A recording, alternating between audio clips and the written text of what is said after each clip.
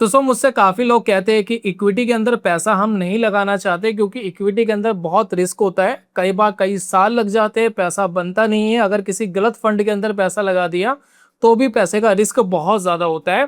तो हमें तो आपको ये ऐसा इंस्ट्रूमेंट बताओ जहाँ पर आपको फिक्स्ड रिटर्न्स मिल जाए, जहाँ पर हमें ये ना सोचना पड़े कि बाजार बढ़ेगा या नहीं बढ़ेगा या गिर जाएगा तो क्या होगा। तो आज की वीडियो के अंदर दोस्तों अगर आप फिक्स्ड रिटर्न करना चाहते हैं तो कैसे कर सकते हैं, क्या क्या हमारे पास तरीके हैं, इसको दोस्तों आज की वीडियो के अंदर समझ लेते हैं। देखिए सबसे पहले हमें यह समझना जरूरी है कि जब भी हम फिक्स्ड रिटर्न की बात कर रहे हैं तो फिक्स्ड रिटर्न के अंदर पैसे लगाने का बेनिफिट हमें तभी हो सकता है जब हम इन्फ्लेशन से ज्यादा पैसा बनाएं। तो चलिए नॉर्मली गूगल पर आप एक चीज सर्च करिए, सबसे पहले India India current current inflation rate. ठीक है, तो जैसे दोस्तों आप ये डालते हैं तो आपको एक फिगर आएगी, बहुत सारी आपको वेबसाइट्स मिलेगी जहां पर आपको कुछ डाटा आपको मिल जाएगा। तो आपको नॉर्मली यहाँ पता लगेगा इंडिया का 2023 में इन्फ्लेशन 5.65% था और काफ़ी लोग कह रहे हैं कि इंडिया का इन्फ्लेशन 7% के आसपास है। तो रिकॉर्डेड रहा है कि 6 से 7% के आसपास हमारे देश का इन्फ्लेशन रेट रहता है। तो इन्फ्लेशन का मतलब बेसिकली ये है कि हमारे देश में 6 से 7% से महंगाई हर साल बढ़ जाती है। तो मान लेते हैं कि अगर मैंने किसी एफडी वगैरह के अंदर पैसा डाल दिया अपना, जहां मुझे 6 से 7% का एफडी का रिटर्न मिलता है, तो कायदे से जो चीज मैं आज 1 लाख रुपए की खरीद पा रहा हूं वही 1 लाख रुपए की चीज मैं 10 साल बाद भी खरीद पाऊंगा और वही 1 लाख रुपए की चीज मैं 20 साल बाद भी खरीद पाऊंगा।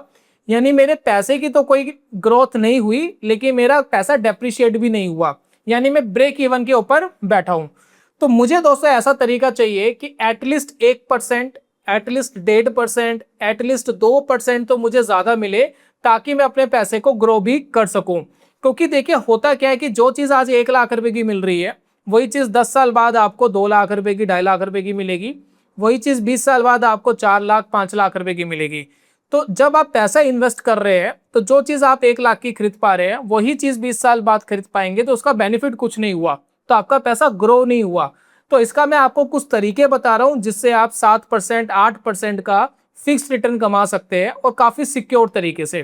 पहला दोस्तों तरीका है एफडीज। देखिए एफडीज जो हम नॉर्मली बड़े बैंक्स देखते हैं उनमें ज्यादा अच्छे रिटर्न हमें नहीं मिलते। एफडी का जो इंटरेस्ट रेट है ज्यादा अच्छा नहीं मिलता है। तो बहुत सारे आजकल ऐप आ गए, आप उन ऐप का इस्तेमाल कर सकते हैं। मैं दोस्तों जो पर्सनली यूज करता हूँ ज़ेरोधा का प्लेटफॉर्म यूज करता हूँ। ज़ेरोधा का प्लेटफॉर्म है कोइन। कोइन के अंदर आप फंड्स के अंदर, म्यूचुअल फंड्स में, एफडीज वगैरह में आप पैसे लगा सकते हो। तो मैंने अलग से सेक्शन खोला है ft.zerodha.com। इसका अकाउंट और ओपनिंग लिंक भी मैंने डिस्क्रिप्शन में दिया है। ज़ेरोधा में आप अकाउंट ओपन कर सकते हैं।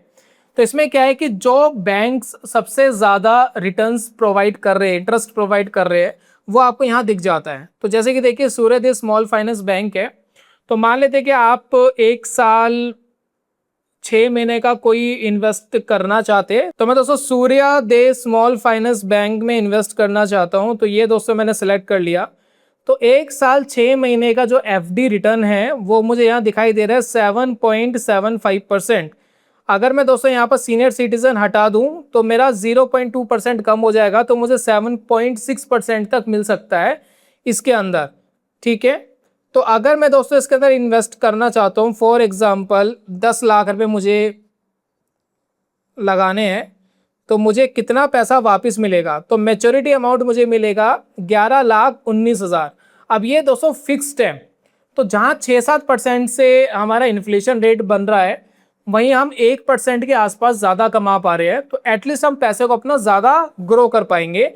तो ये दोस्तों हमें बेनिफिट मिलता है। तो इस तरीके से हम फिक्स्ड पैसा लगा सकते हैं। तो इस तरह दोस्तों आप ज़ेरोधा कॉइन का इस्तेमाल करके अपने लिए एक बेस्ट एफडी रिटर्न चूज कर सकते हैं, जिसके अंदर ना तो कोई आपको अलग से किसी बैंक में अकाउंट ओपन कराने की ज़रूरत है। आप डायरेक्ट ज़ेरोधा कॉइन का अकाउंट ओपन करा करके एफडी इजीली कर सकते हैं, इनिशियल कर सकते हैं। और आपको बहुत सिक्योर्ड, अगर हम 5 लाख तक की बात करें, 5 लाख तक का इंश्योर्ड वैल्यू आरबीआई देता है हमें कि 5 लाख तक आपका पैसा इंश्योर्ड है। अगर बैंक कोलैप्स हो जाता है, किसी रीजन से बैंक के साथ कोई समस्या आ जाती है, तो 5 लाख तक तो आरबीआई आपको देता है।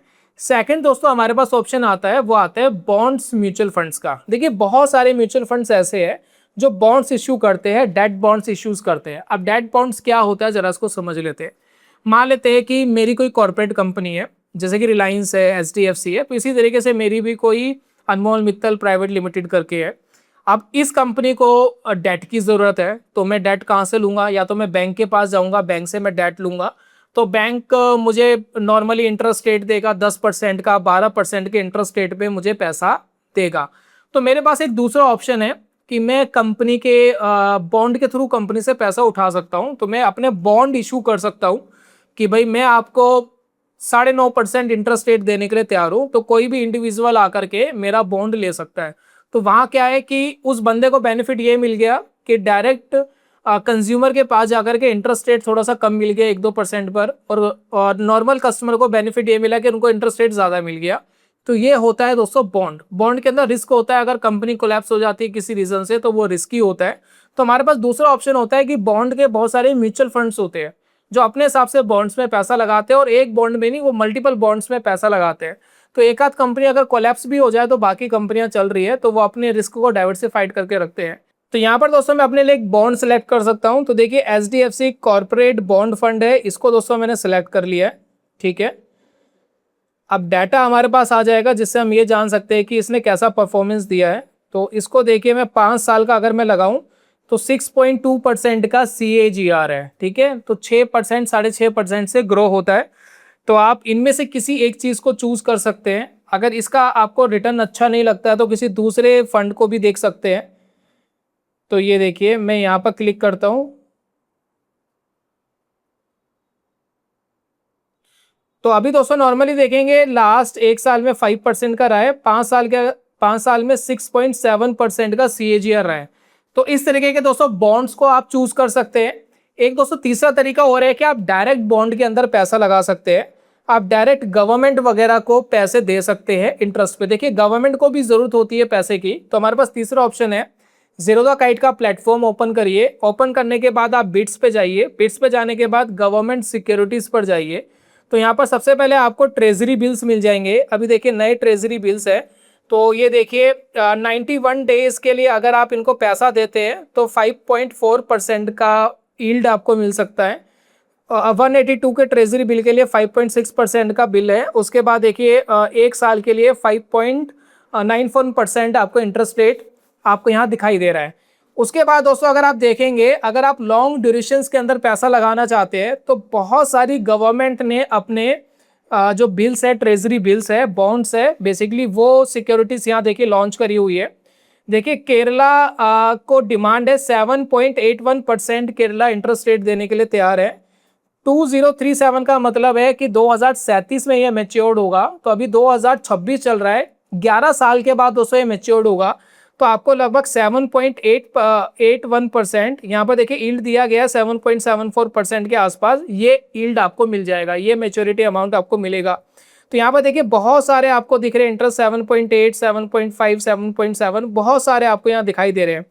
छत्तीसगढ़ का देखिए 2031 में मैच्योर्ड होगा।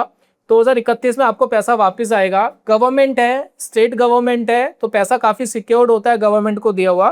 तो वो 5 साल बाद आपको पैसा रिटर्न मिल जाएगा, और इतना इंटरेस्ट रेट 7.5% का इंटरेस्ट रेट आपको फिक्स्ड मिल सकता है।